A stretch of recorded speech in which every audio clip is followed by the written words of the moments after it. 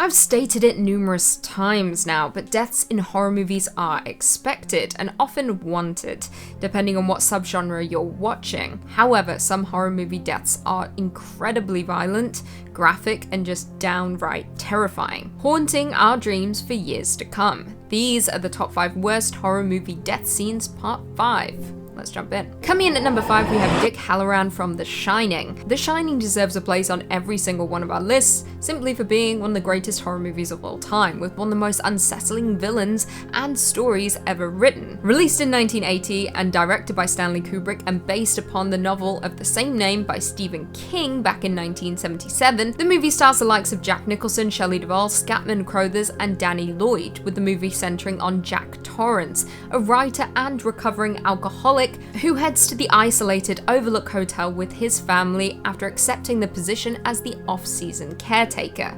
Now, as we know, things descend into madness for Jack and his wife Wendy and son Danny, with Jack losing his mind and being influenced by the supernatural inhabitants of the hotel, which is housing dark secrets. His son Danny Torrance, however, possesses the ability called the Shining, a psychic ability which enables him to look into the hotel's horrific past. It also allows him to communicate with hotel cook Dick Halloran, who also possesses this ability. So when Jack begins to turn on his family, after losing his grip on reality, Dick senses Danny's danger and heads to the hotel to rescue him and Wendy, but Jack knows he's coming, and as Dick approaches, he aims an axe right for his chest and kills him. It's a brutal and unexpected scene, with it confirming to us all that hope is lost inside of the Overlook Hotel. Before we jump into number 4, be sure to give this video a big thumbs up. It really helps us out a lot in the YouTube algorithm. Please do it if you like me.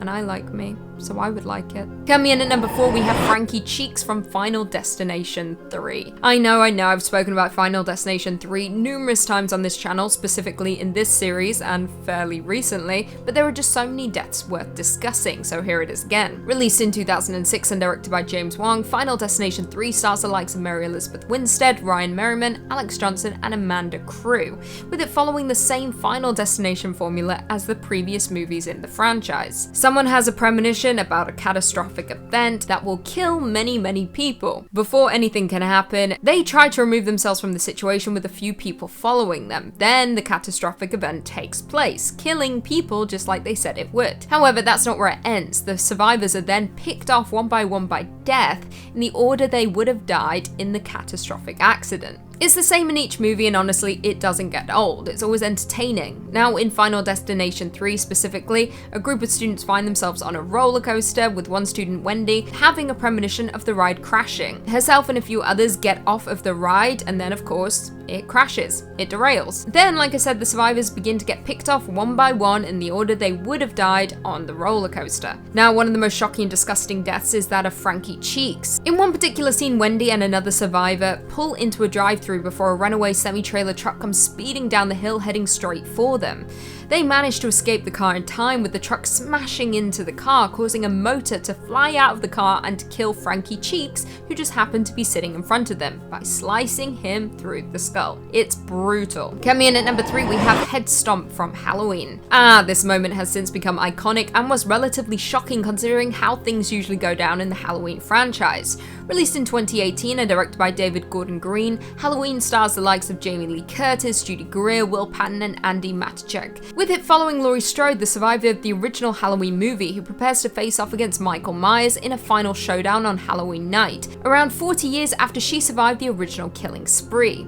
Now, the 2018 Halloween is a direct sequel to the 1978 movie of the same name, which many were thankful about, including me, considering the franchise began to create ludicrous plot points, such as Laurie Strode being Michael's sister, which thankfully is not canon, so we can all sleep peacefully tonight. Now, one of the characters in the movie, Dr. Ranbir Sartain, Michael's psychiatrist and Sam Loomis's former student, begins to develop an obsession with Michael, with it being revealed that he orchestrated Michael's escape so he can study him in the wild. He even goes on to attack those who might get in the way of that. However, Michael doesn't seem to care too much about this, because in one epic and brutal scene, Michael stands over Sartain, lifts his boot and stomps on his head, exploding it in the process in one shocking moment. It was incredibly jarring and shocking. Yes, Halloween is a slasher, but it's never been one to have blood and guts flying everywhere, but now it is, I guess. Coming in at number 2, we have Jonah's death from the Green Inferno. The Green Inferno was a tough film for me to even get through, and I saw this one on the big screen. Oh boy, how I have regrets about that. Released in 2013 but making its theatrical debut in 2015, The Green Inferno is a cannibal horror movie directed by Eli Roth, with it being an homage to the cannibal movies of the 70s and the 80s, specifically Cannibal Holocaust. Starring the likes of Lorenzo Izzo, Ariel Levy, Daryl Sabara, and Kirby Bliss Blanton, the film follows a group of activists who are forced to fight for their lives when they are captured by a cannibalistic tribe in the Amazon rainforest. Now the movie kicks off with the activists' plane crashing into the jungle, with the pilot dying as well as several other passengers. As the remaining survivors hunt for a GPS phone, they are ambushed and tranquilized by blowpipe darts. They are then taken to a small village and imprisoned in bamboo cages. This is where things begin to get truly terrifying for the group. One of the group members, Jonah, is taken by the tribe, with one of the female elders ritualistically cutting out his eyes before being dismembered and decapitated by the tribal leader, with his remains being cooked and eaten by the rest of the tribe. It's an absolutely horrific ordeal for Jonah, the group, as well as viewers watching, as we are forced to witness absolutely everything that is unfolding. That scene makes me feel physically sick, as well as the scene that follows it immediately after, which is a girl having violent diarrhea in the corner. It's not what I wanted to see, to be honest. And finally, in at number 1, we have Stanley and Andy from I Spit on Your Grave. Now, it's no surprise that I Spit on Your Grave has made its way onto our list. However, it may be a surprise that it has taken this long. Released in 2010 and directed by Stephen R. Monroe, I Spit on Your Grave is a revenge horror movie remake of the controversial 1978 movie of the same name. Starring the likes of Sarah Butler, Jeff Branson, Daniel Franzi, Rodney Eastman, and Chad Lindbergh, the movie follows Jennifer, a writer who rents an isolated cabin in the country to work on her novel. However, her world is quickly shattered when a group of men attack and torture her and leave her for dead.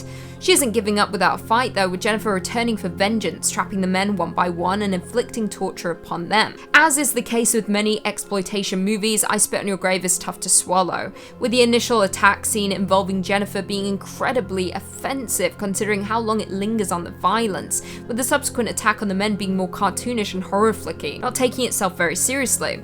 Saying that though, the two deaths involving Stanley and Andy are quite intense. Starting with Stanley, he is captured in a bear trap tied to a tree and then has fish cuts smeared across his face. Jennifer then proceeds to pin open his eyelids with fish hooks, resulting in birds pecking out his eyes. Next is Andy. He is tied up and dunked into a bathtub filled with lye, also known as sodium hydroxide, which ends up burning off his entire face. The two deaths are a lot, but like I said, nothing comes close to the torture Jennifer experienced at the beginning of the movie. Well, there we have it. Do you guys agree with that list? Were there any horror movie death scenes that we missed? Leave us all your thoughts and feelings in the comments down below, and perhaps we can do part 6. Before I go though, I just want to respond to a few comments from one of our last videos. Top 5 dumbest horror movie sequels.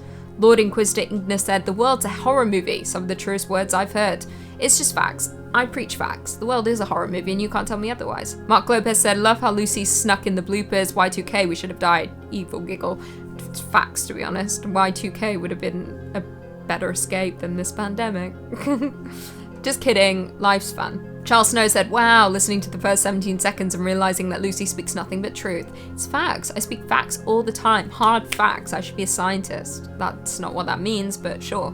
Law C said, "I don't agree with her on her life choices. From the lips of the Dark Queen herself, this is why we followed the Dark One till the end of days. So has it been written, so shall it be done. Lol, Legion of Lucy. She does Mean Girls proud with that comment." That's true. I don't remember who I was talking about. I don't agree with her or her life choices. I wish I could remember. I was talking about someone in that video. I even went and looked it up again yesterday to try and remember who I don't agree with. Anyway, there was someone in Dumbest Horror Movie Moments, and I didn't agree with her or her life choices. And I can't tell you who it was because I don't remember. But I don't agree with most people with their life choices, to be honest. Wayne Brewer said some of these sequels would have been completely fine as standalone movies. They suffered from being tacked onto a franchise. If they weren't, they would be received very differently. Honestly, you have a very good point here. Because the worst thing that ever happened to American Psycho 2 was being a sequel to American Psycho. Why? What the heck was the point? Mila Kunis didn't even know that was happening. Frankie Arana said, "Fun fact, Lucy is 4 feet 10 inches tall." It's not a fun fact, it's barely a fact. It's not even true. I'm 5 feet 3 inches. Get it right. And on that note, if you haven't already, be sure to give this video a big thumbs up. And until next time, I'll see you later. Oh boy, now I have regrets about... Oh boy, how I can't speak today. Okay, I'm just starting again. Taken to a small village and imprisoned in bamboo. They're then taken to a small village and imprisoned in bamboo. Oh, I'm gonna have a meltdown right now.